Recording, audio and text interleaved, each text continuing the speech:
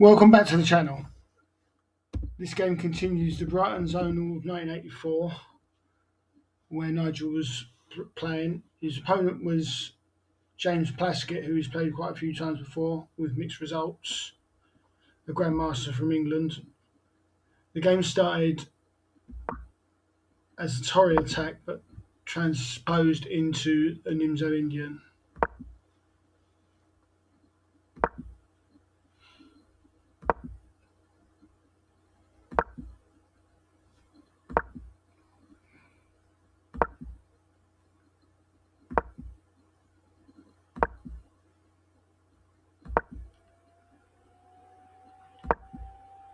And at this point, it becomes the Nimzo-Indian three knights variation.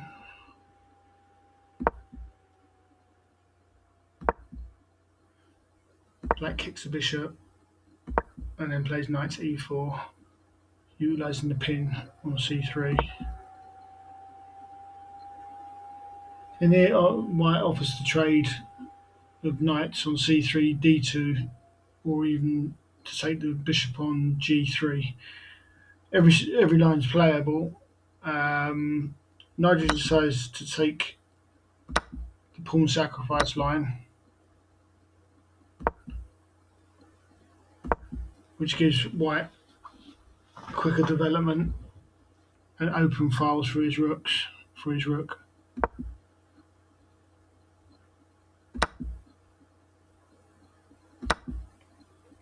And here the rook becomes active on the king side as well. And it's quite a strange position in the fact that White's never going to be able to castle now. He's moved both rooks. So his king's going to be stuck in the centre.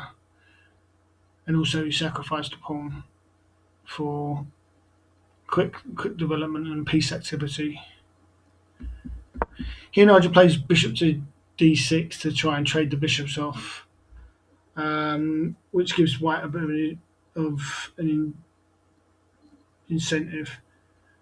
An interesting variation would have been rook to g8, sacrificing the pawn back, but Black himself sacrifices the exchange. And then the queen comes out to threaten both e3 and g3, and will pick up one of the pawns. And here I think the position is still quite equal, even though White has the exchange. His pawn structure is bad, and Black has the bishop pair and good counterplay after knight to a6 and potentially queenside castles. Nigel went for bishop to d6, and offered to trade the bishops, which White declines. And then again, Black plays a slightly odd-looking move.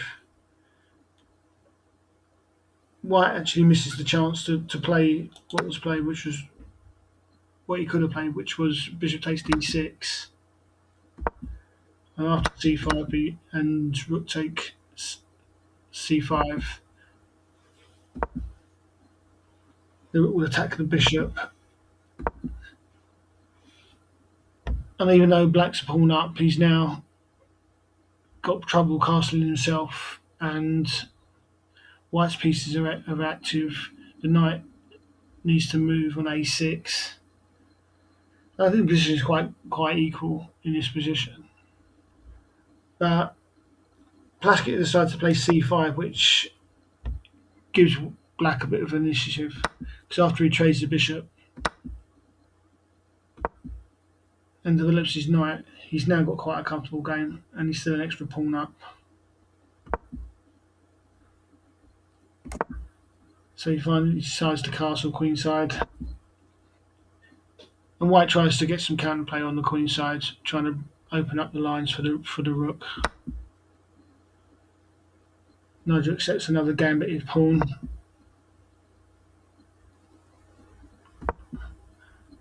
The rook hits the queen, which retreats. And queen to g5, putting pressure on the g2 pawn. And just activating his queen. And here white plays rook to a1, obviously threatening the a pawn, but it does allow the move that Nigel didn't play, which was knight to b4. And potentially this would be very good for black because white has to defend the c2 square, and the bishop can take the pawn. Queen comes back, knight to e5, and queen to e4, and the threat of knight to c2 is still there. And black's now 3 pawns up and in a very nice position. Obviously, f7 will drop, but there's threats all over the board. Nigel didn't play that. He played queen to g6, just dropping the queen out of harm's way. And king to d2, and I think that's to stop queen to c2 infiltrating the position. Knight to b4, renewing the threat of queen to c2 check. So the rook has to defend. And then just f6, a quiet move, just to shore the position up and maybe break on with e5 at certain points. And Plaskett takes the pawn back, which doesn't look a bad move, but I think defending the g pawn would have been a better option. So Nigel duly grabs the g pawns and remains just 2 pawns up. White doesn't want to trade pieces at this point, now threatening bishop to h5 with tempo. Bishop retreats to stop any rook to g1 and pinning the bishop. Rook to g4 hits the queen, and rook to h4. I'm not sure quite what White's achieved by doing that. Seems to have just moved his rook backwards and forwards, and the queen's still nicely placed on h7. Here Nigel plays bishop to a8, and I think a more interesting line, a better line, would have been rook to g2. And after queen to f4 maybe, and queen to g6, just defending the f pawn. e4, e5, obviously hitting the queen. And here white can't take the pawn because of rook to e8. So say something like queen to e3 and bishop to b7, and rook to e1 and queen to f7, which is a nice move. Obviously, if rook takes knight, then obviously queen to a2 would pick up the knight. Or if knight takes bishop, queen to a2 would pick up the rook. So a nice move, and I think in this position black would be slightly better.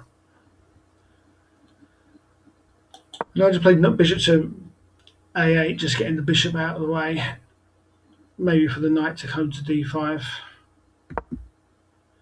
And white decides to gambit another pawn. Obviously he's threatening the knight with the rook on h4. But I think the idea is he's trying to get his bishop onto the white diagonal and doesn't want the knight to swap it off on d3.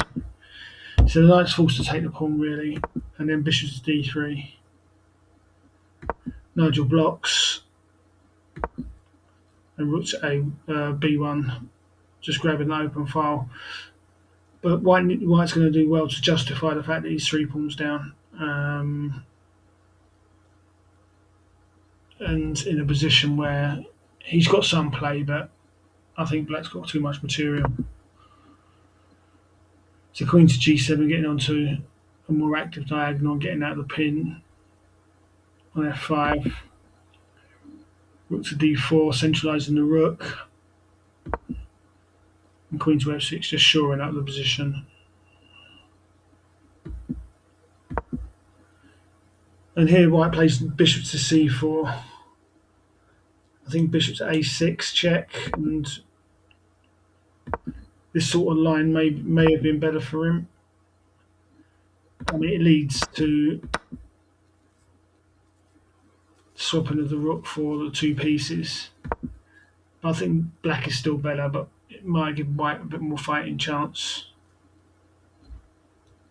We go bishop to c4, and now Nigel can trade the rooks off because now the rook can't move off the line because the bishop would fall in certain positions. So he takes the rook and rook to b3, and black's still 3 pawns up, and white's got to justify he's got enough for it, but it doesn't look like he has. So rook to f8 to attack the f2 square. King defends. And here black plays e5. I think g3 would have been a very good move in this position. The idea is if queen takes g3, then knight to c3 check, forcing the king forward, and then knight to e4, hitting the queen and the c5 pawn, the f2 pawn. And this would pick up the exchange, and potentially the king's got to go backwards so he could trade off the queens as well. So yeah, that would have been a nice move.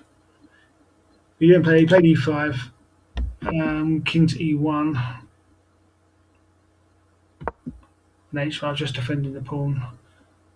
If queen takes h5, then obviously queen takes f2, leads to mate. So king to d1.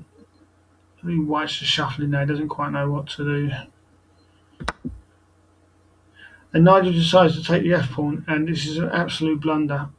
And he gets away with it because this allows white a perpetual check.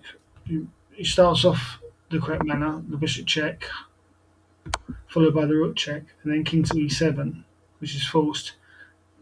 And here, maybe in time trouble, Plaskett took the queen, and if he'd have played queen takes fe5, black can't escape the perpetual checks. If he decides to go to g7, just queen to g5, and it's perpetual check, and there's nothing you can do to get out of it, and the game would have been drawn.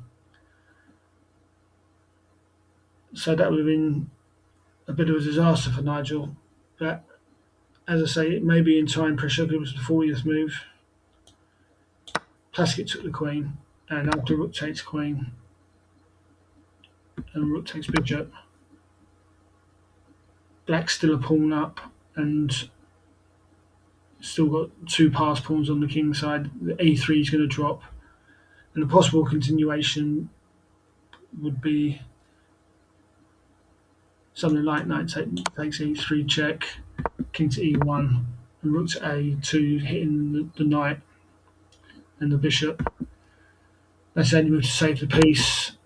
Knight to g2 check, and knight to f4. And the pawns would be rolling at this point. Bishop may be trying to save itself, and white's not going to stop the g pawn. It's just going to continue on. Knight to f2 check, and the knight's going to end up on g4, blocking the white rook, and the pawn will queen. So a nice game from Nigel. He might have drawn the game with the incorrect queen takes f2, but got away with it because Plaskett didn't see the perpetual check or was short of time. So Nigel started the tournament 2 out of 2. In a tournament he was expected to do very well in and probably qualify from the Zonal, as he was one of the highest rated players in it. But he avoided a bit of a banana skin in this game, even though he was in control for most of it. Please like and subscribe if you enjoy the game, and any comments would be appreciated. I'll be back with probably the next round of the Brighton tournament in due course. Bye for now.